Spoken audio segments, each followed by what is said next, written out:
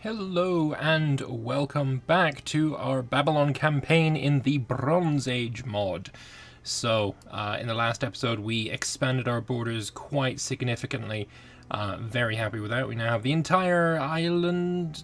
I'm sure there's a name for this. I'm sure there is. I just don't know it. We expanded our borders to include the entirety of that island. This strip of land between the river and the desert is now completely owned by us as well. If we put a fort on the top and the bottom, this is going to be a phenomenally defensive location, and I'm quite liking the idea of that, if we ever have the money. And I guess what we need to do now is just expand a bit more. We're doing pretty well. I'm quite happy. Right, first off though, we have some military traditions to look at. So, what we've got here is obviously the same kind of style as regular vanilla Imperator, but all of the traditions are of course new because, these Mesopotamian traditions. First off, we've got heavy chariot units being allowed because of the cradle civilization, also a little bit more civilization level, which is nice. So, early war card, we can get some supply train maintenance cost negative 25% and supply train movement speed of plus 25%. That's very, very nice, although I will say I haven't really struggled with food. These guys are really good for food. Although, I will say that's probably because they only use food if they would be taking attrition. I guess maybe that includes while being at war, perhaps? I'm not sure. But either way, supply trains haven't really been necessary in any of the sieges that we've had so far, so put that one on the back burner. We could either choose that, we could choose skirmishers, fence and defense, plus 25%. That's actually pretty huge. Using some Gutian auxiliaries. They were the guys that were right here in the first episode. So we could choose that. I haven't actually read any of the flavor text here. The oldest images known of possible chariots are of Sumerian origin, dating to the 25th century BCE. These were most likely just used as transports. At the moment, we are in the 20th century BCE. That's a long, long time ago. Men of the Mountains, usually referred to as Gutians regardless of origin, were used to boost the fighting forces. Alright, very nice. Or we could choose Imperial Seat, giving us monthly political influence plus 10%. From a firm core position of strength, power can be projected far and wide. I do like the idea of more political influence. That is tempting. But let's see what else we can get if we follow these trees down. So Box Chariot gives us heavy chariot offense. We've got seasonal labor giving pop cap and manpower. That's tempting. That's very tempting. We've got armored cloaks, spearmen offense and defense plus 20%. Considering how good spearmen are in this mod, that's super tempting to just beeline straight down here, especially considering I love that as well. Then we got scribal schools, scribe school building cost negative 30%. Let's just see how much it would cost to start with, because of course we've got brand new buildings as well in this mod. So scribe school there gives research points, citizen desired ratio. That looks basically like the library. It would cost 93 ducats. The base cost is 120. Good lord, that's expensive. My god. We're not even making a ducat a month.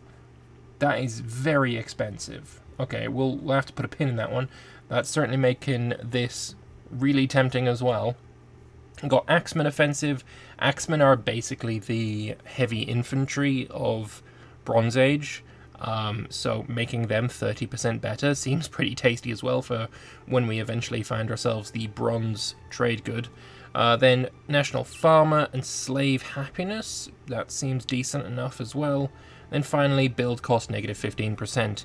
This tree looks really, really good. Alright, let's have a look in the center tree. We've got provincial import routes plus 1. That's good. That's really good. And harbor building cost. Alright, let's have a look and see what the harbor building gives us. Is that a shipyard or not? Can I build a harbor anywhere that isn't a port? No.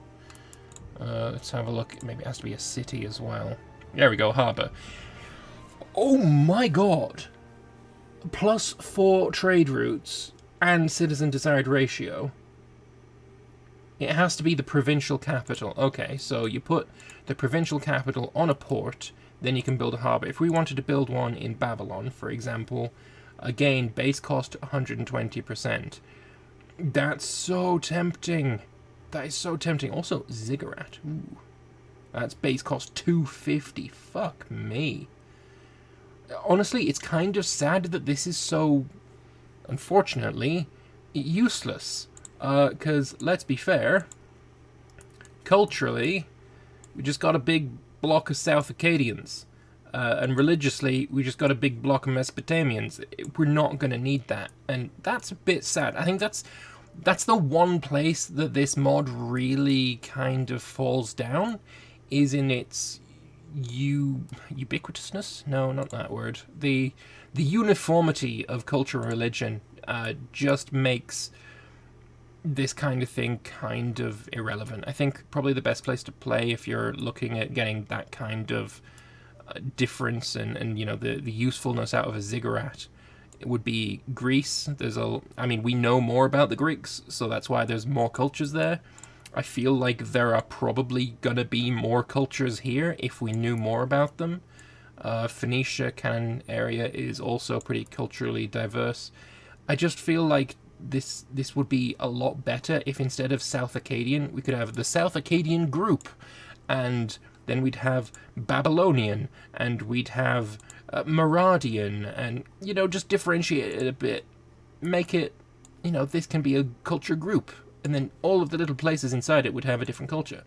That would really, I think, improve the mod significantly. But, you know, I'm not the mod creator, so even if it is a little bit ahistorical, maybe, I don't know if it is, but if it is ahistorical, I understand why one would shy away from that kind of path. But at the same time, it would really, really diversify the world quite a heavy amount. But anyway, let's move on. We've got foreign trading district cost and founding trade colony cost. That is for when you've got a unit of, you know, your army, you bring it over to this uncolonized area, you can then set up a trading post, basically colonize it for money, which is pretty cool. Reinforcement speed plus 10%, that's alright. Fort defense 20%, alright. Siege ability 20%, pretty damn good. 2 extra diplo relations. I think by the time you get down here, that'd actually kind of be a bit weak. And then pop promotion speed 25% is really good. Now finally, on the right hand side, we got recruit mercenary cost negative 30%. Forced relocation, which we saw before, is this one here, making people demote and fuck off, which is, you know, it's pretty cool, I guess. Then we've got capital import routes plus 2 and import value plus 25%, really fucking good. Slaves needed for a local surplus negative 2, really fucking good. Enslavement efficiency 5%, kind of weak actually. Considering there's a lot of things here with huge numbers, 5% just seems really kind of weak. Then finally, Diplo range plus 200%. That's awesome. That'd be very necessary in a lot of places. If they ever go to India, this should just be the cradle of civilization. You know, they could have their Indian traditions being this. And then finally, city building slots plus 1. Alright, so my choice is basically going to come down to these two, I think. Because I really want these two, and I really want this. And, you know, getting down here is also really powerful. I might go with the center tree for 2. Get that Indus Valley trade. And then switch and go down the left path, probably to the end. And then finally we'll start going down the right-hand path. Or maybe, you know, halfway down here we might take Imperial Seat and then go back to this. Because I feel like Imperial on the right-hand tree, Imperial Seat, really fucking good. Then capital import routes and surplus. And I'm not too bothered about the rest of it, but I think that's going to be our plan then. So, firstly, the Gutians have been defeated, and we will take their auxiliaries. Very nice. Right, you want to just sit and drill because it's free. Alright, so, good stuff. We've been going for about 10 minutes and not done a single fucking thing, so that's just, you know, it's great. So, one thing I did do is I spoke to the mod dev, told him about the issue with manpower. Then he told me that I should update my game because he's fixed it already. So now, if we were to colonize, it would actually cost us 900 manpower. We can no longer use that little exploit. And I guess neither can you. You guys probably have already realized that it doesn't work anymore because, well, you've probably tried it since, this episode's gone up and since I started using this exploit. So, sorry about that. I would love to attack you, but you've got a little bit too many friends for me, I think. You are my prime target. You would call in Kish, which is great. You'd also call in Kutha, which is not so great. And you'd also call in, oh god, my main ally, Mashkan Shapir. That's a bit iffy. You'd also... Right, Kish we can't attack. Kutha. Kutha would call in Kish and Marad. That seems like, honestly, my best choice. Kutha's opinion of me is already pretty low. Do we have a claim on you? We do. Alright, let's get a claim down here. Fabricate a claim on Marad. Alright, we'll do that. We've already got a claim on you. And what we're going to do is insult you. It's only one aggressive expansion. It makes you super pissed off to the point where you will break the alliance with me, because apparently I dishonored an alliance call. Pretty sure I dishonored that call that would bring me to war with you, but you know what? If you feel like that is me being a bastard, I will just conquer you. 22 ducats, I fucking love that, I need that. And now we're going to do some imports. As you can see, there is a lot of new trade goods here. Copper is the one I need for Axeman. Tin is super fucking rare in this game. It is super, super rare. If we have a look at the trade goods map mode, I know there's some tin all the way up here. Where is it gone? It's around here somewhere. Oh, piss, I've lost it. But I do know tin is all the way up here. I've seen it. I've seen it. Come on, find the tin. Shite. Because this was the only place you were able to get tin. And now it's fucked off. Damn it. I wanted to see. But yeah, as you can see, I can't find the fucking tin. So, that's good. Say if I wanted to import tin. Who has it? Literally no one. Great, that's not helpful. What other ways is there to see? It's like this, and then you create a route. No, that's not it. Yeah, like I said, tin, super duper rare. Unless there's been some tin added here. No idea. Because I do know tin is not found in Anatolia, and a lot of the tin that was used to make bronze for the Bronze Age didn't actually come from this region. Like, the Bronze Age started in Anatolia, but bronze is made from a material that is not found in Anatolia. Like, it was imported in. And people actually think it came from Britain. There's a lot of tin in Britain. There's also, I believe, some tin in France, but that wasn't discovered in this period, I don't think. I'm going off of information I'm just consuming from YouTube, so if it's wrong, don't blame me. I'm just a parrot. And yeah, I can't find tin. I have no... like I say, I'm fairly sure there used to be some tin up here, and that was a kind of... oh, is that tin? Oh, it is tin! I found it! Okay, well, there you go. The tin is right here to simulate that it's being traded in, and it is a yellow colour. There's some tin right there. And... no tin in Egypt, I remember that. from when I played before. There's some tin right there, though.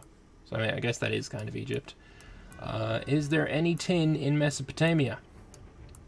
That is a solid negative. No tin down here. Yeah, there's just fuck all tin, mate. There's absolutely none whatsoever. From what I can see, there's 3 provinces or 3 territories that have tin in the entire mod. So if you own these, if you have a monopoly on tin, and I guess if you're Greek, you've got a chance of getting that monopoly. Well, good job. It's a shame that tin is so fucking good as well. But what we do want to do is probably get a bit of fruit. Fruit will give me loyalty to characters +5. Hell yes. Murad or... who's this guy? Maniscum? Is that you? It is. Okay, I'm going to be getting it from Maniscum then. We can also get another trade. I don't want reeds, don't want grain, don't want earthenware. Saffron. We could get ruler popularity gain, some slave output. We can get some cloth. That seems fairly nice. I like the idea of cloth. We can get some livestock for promotion speed. We can get some honey for diplo rep and farmer output. Dates for farmer happiness and diplo range. Some pretty good ideas here. I think probably I'm going to go with honey. Oh, honey would be from myself. Dates would be from you. Would I be able to get 2 dates though? Lamadu. Do you have 2 surplus? You do have... you wouldn't trade away your capital surplus. And you don't have extra dates. Yeah, you'd need this to be at 3 for him to want to trade me 2 of them. Well, that's a damn shame. Some cloth we can get from ourselves and from Maskan Shapir. Yes, I will take some cloth then, and I'm also out of money. Very nice. Very nice indeed. I like it. So, 28 political influence. I'm going to move the provincial capital of Apak into Dilbat city. I like it. That's actually just a loyalty negative, not a political influence one, which is, I think, a really damn good change. We're going to move the capital here to, what's this place called? Aplak. Sounds good. The button's right there. And over here, there are no cities, so a floodplain sounds like a pretty good idea. Up here, I'm thinking Sipar is probably the best one. We've got 2 cities up here, but 10 versus 25, pretty easy choice. We'll go with 25. And I think that's everything we can do. When we eventually take Marad, then Marad will of course be the provincial capital there. We can also colonize here, which, if I'm right, we're going to go down to 5,005 manpower. Okay, he hasn't fixed it. What he's done is removed the bug, but left in the fact that, I mean, you don't gain manpower, but you also don't lose it anymore. So, you know, swings and roundabouts. Also, let's change our war deity to... Do I want discipline and monthly experience gain? That does seem pretty tasty. Maintenance cost and morale of armies, though, I can't say no to that. That's just too fucking good. We'll go with Ninurta for now, but next we're probably gonna stick with Nurgle, like, permanently, because it's just so fucking good. We're making over a ducat a month now, which is bloody perfect. You would like some of my fruit? I will accept that. National commerce income sounds pretty tasty. We can get another trade route. This is such a damn good region for defense. I mean, if I put a fort here, and a fort here, and a fort here, the only way in is here. And to do that, you're going to have to go through all of this. There's a fort here defending it. I'll end up putting a fort in Mulki. It's so defensible. This island thing is so defensible. It's so good. We're going to get some cloth from Apak. That's lovely. Increase our oratory research rate. Speaking of research rate, yeah, it's all right. It's not going up amazingly quickly. And the problem is, we've taken so much land now that our inventions are way, way higher than we really have the ability to pay for. So I don't know if we're going to get these civilization advances, and that's a bit worrying. If I keep expanding, we're not going to expand our, well, anything. We're not going to expand our civilization, which is pretty sad.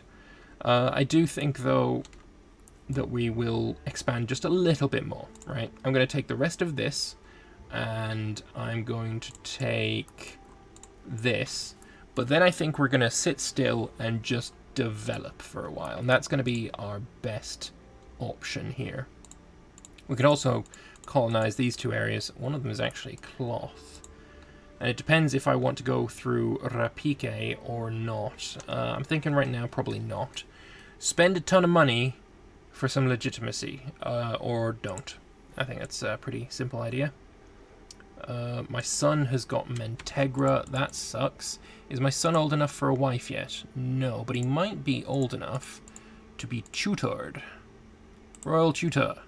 Tutor my heir, please. In the ways of war, maybe. Unless you're corrupt, ambitious, or cruel. You're corrupt, never mind. Unless you're harsh, vengeful, or suspicious, you are not. Okay, so we could do oration and commerce. Bureaucracy is greedy, crafty, shrewd. You could do that. Oratory is, I mean, it's fine, I guess. We're going to go with oration and commerce. I feel like that's probably the best option for us. We are getting a claim on you, yes.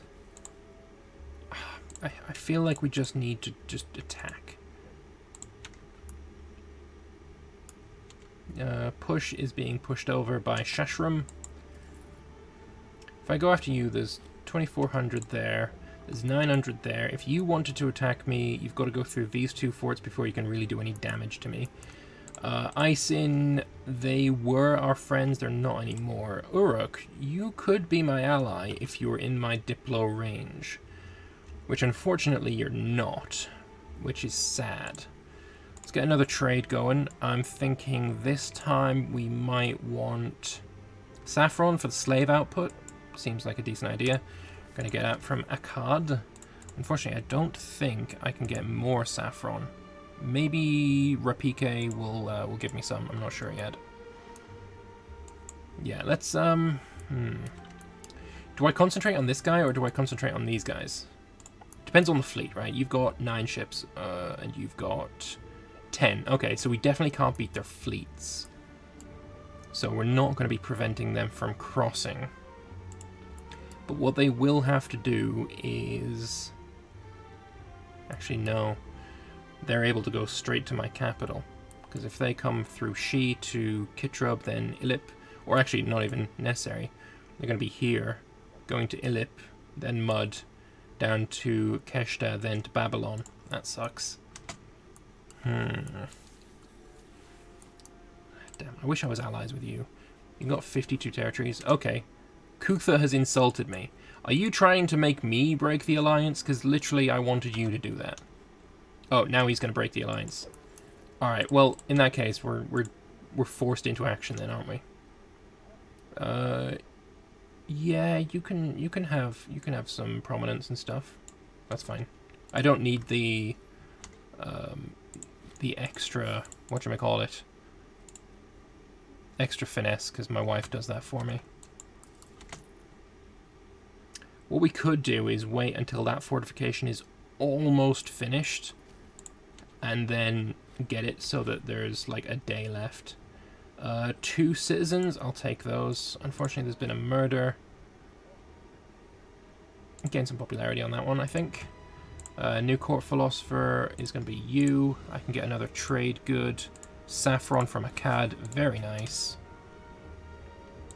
Very nice indeed. Yeah, we're going to wait until this is almost finished. That's when we're going to attack. But it's going to happen in the next episode, because for right now, I do need to take a short break here. I want to thank you all very much for watching.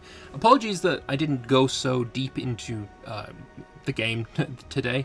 There wasn't much in the way of unpaused time, but we explored a bit of what the mod has to offer, which is always cool. and so maybe you're a bit more informed now if you want to, play it yourself. So that works for me, and I hope it works for you too. Thank you all very much for watching. I hope you enjoyed it, and I will see you guys in the next one. Bye-bye.